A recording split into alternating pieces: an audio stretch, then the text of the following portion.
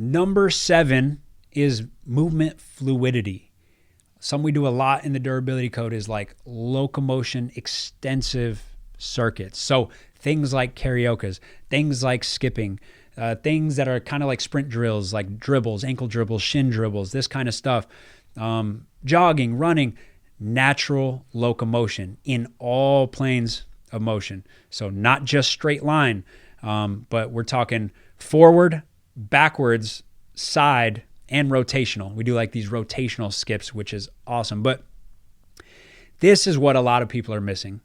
I've had a lot of athletes, some of the most explosive, durable athletes that I've ever had, weren't necessarily very mobile or flexible on table tests. They also didn't do any deep squats. They weren't strong at end range or they weren't like crazy strong in any exercises through a long range of motion, but they are insanely mobile on the court.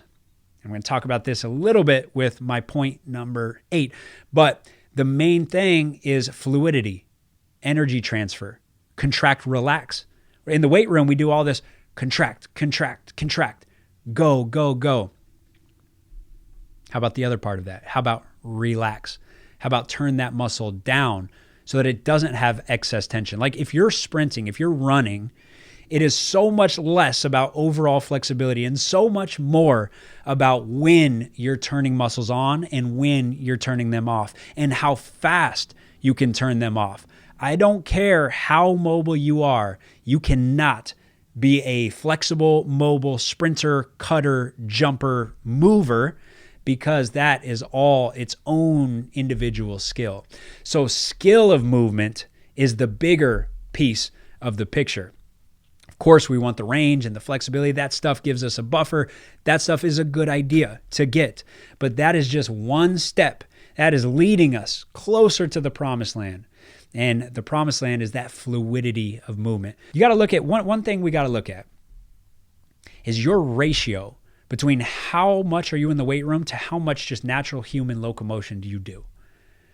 It was high when you were a kid.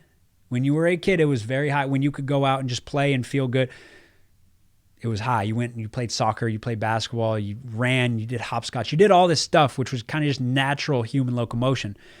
And maybe you did some planks and some bodyweight squats and some push-ups, whatever. But that was a small portion to the overall locomotion. And then in high school, we start going, okay, well, I got to get really strong so I get in the weight room. But hey, if I only got an hour a day to exercise or 2 hours a day to exercise, and I'm taking up a huge portion of that with strength training, well, now I don't have enough time for locomotion. So I used to get 3 hours a day as a kid, and now I get 20 minutes at the end of my strength training workout. So I get 40 minutes of strength, 20 minutes of natural locomotion. Right?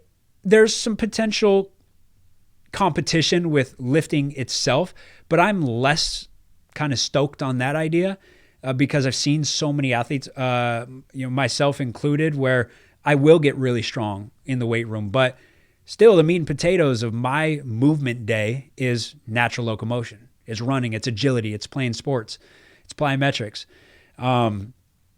And as long as I have enough of that, I will never see any limitations in my movement quality. But if I take that away and I do a lot more lifting, I will see limitations in my movement quality. I will see my internal rotation just completely leave. Like all of a sudden, I can't internally rotate when I'm sprinting because I've been just squatting and just doing super heavy lifts and not enough locomotion. So, that's the one thing is like, you go to the extreme ends of this of a power lifter, Olympic weightlifter. It's not necessarily that they're doing that is ruining their locomotion. What is ruining their locomotion is the fact that they have an hour or an hour and a half to exercise and they take it all up with bilateral squatting, with anything really in the weight room is not really natural locomotion outside of like some sled stuff. And so you should be getting a certain amount and you're just not, and the ratio is thrown off. So what we see is with your full range of motion strength training and whatever, great, you are improving mobility, but you're not improving fluidity and mobility within actual human movement if that ratio is thrown off. So I would be worried if my athletes were getting 50-50. Like if they're getting half their time in the weight room and half their time in locomotion, I feel like that is even too much weight room time. I would try to get like 1 minute in the weight room to every 4 minutes of natural locomotion. And some of that locomotion is built in through the sport when I'm getting up and down, skills training, right? But in the durability code, something that we do is start you at a really low level and gradually ramp that up so you are getting some more locomotion time.